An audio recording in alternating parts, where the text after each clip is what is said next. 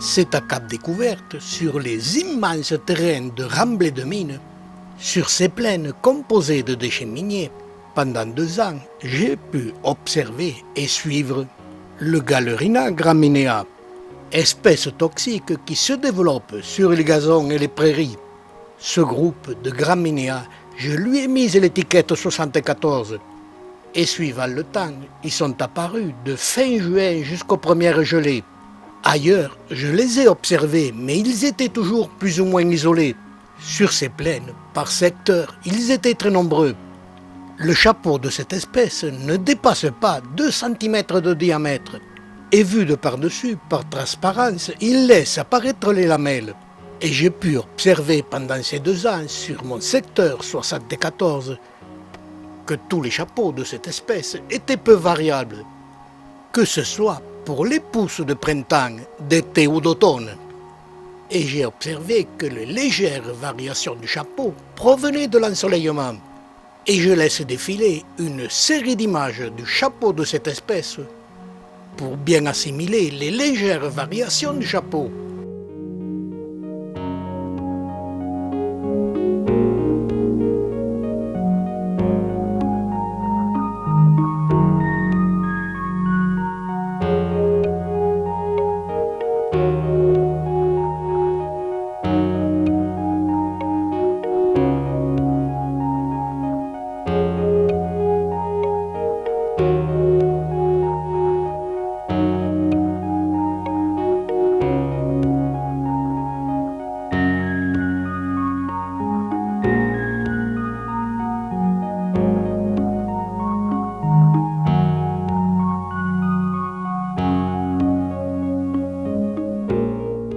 Toujours sur le secteur 74, les variations importantes que j'ai observées n'étaient pas sur les chapeaux, mais sur les pieds.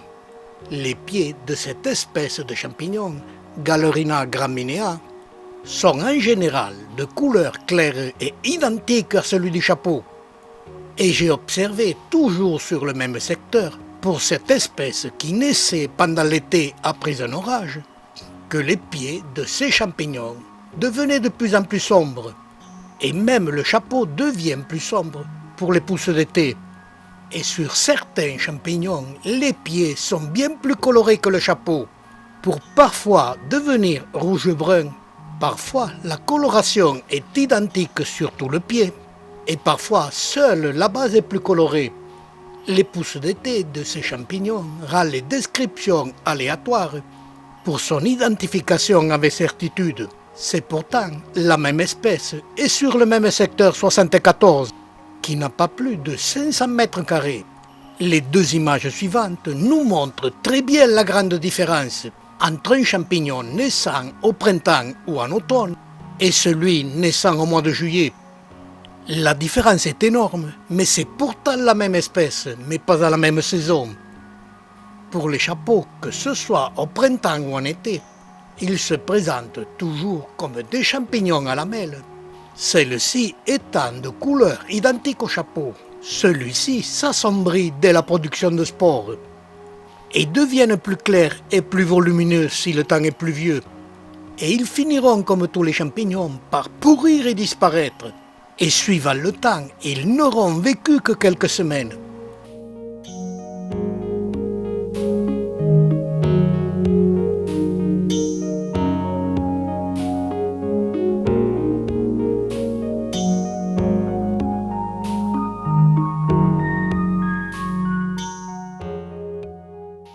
Mais en automne, à Cap Découverte, toujours sur mon secteur 74, en suivant presque journalièrement mes champignons, j'observais que les chapeaux de ces champignons devenaient translucides comme s'ils avaient gelé, mais surtout que le chapeau commençait à blanchir à partir du centre.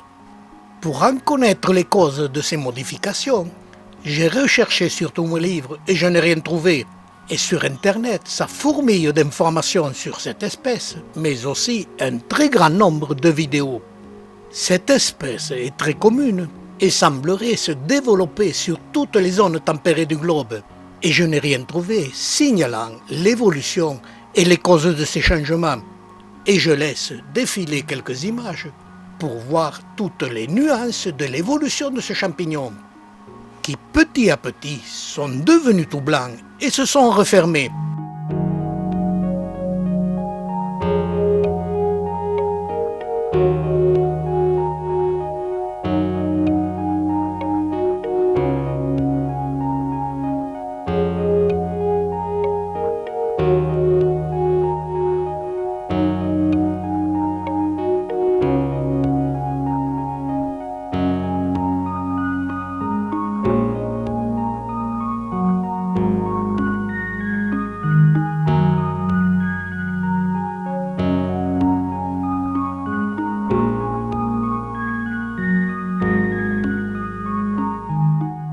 Et ce que j'ai observé m'a paru incroyable.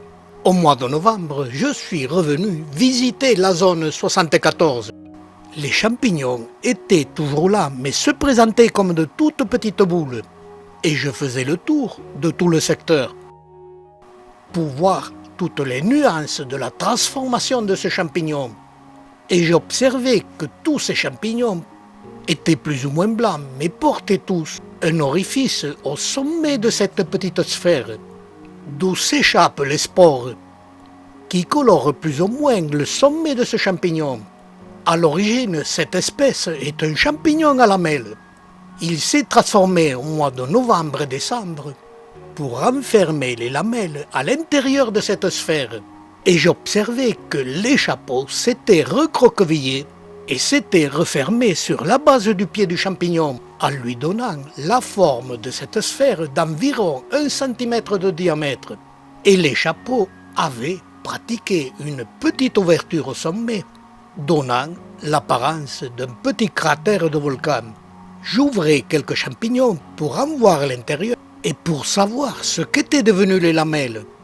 Elles semblaient s'être réduites en poussière, avec beaucoup de spores, en partie ou presque totalement, qui s'échappent par l'orifice supérieur et colorent le champignon. C'est l'évolution incroyable du champignon Galerina graminea, qui quand j'appuie dessus laisse échapper ses spores.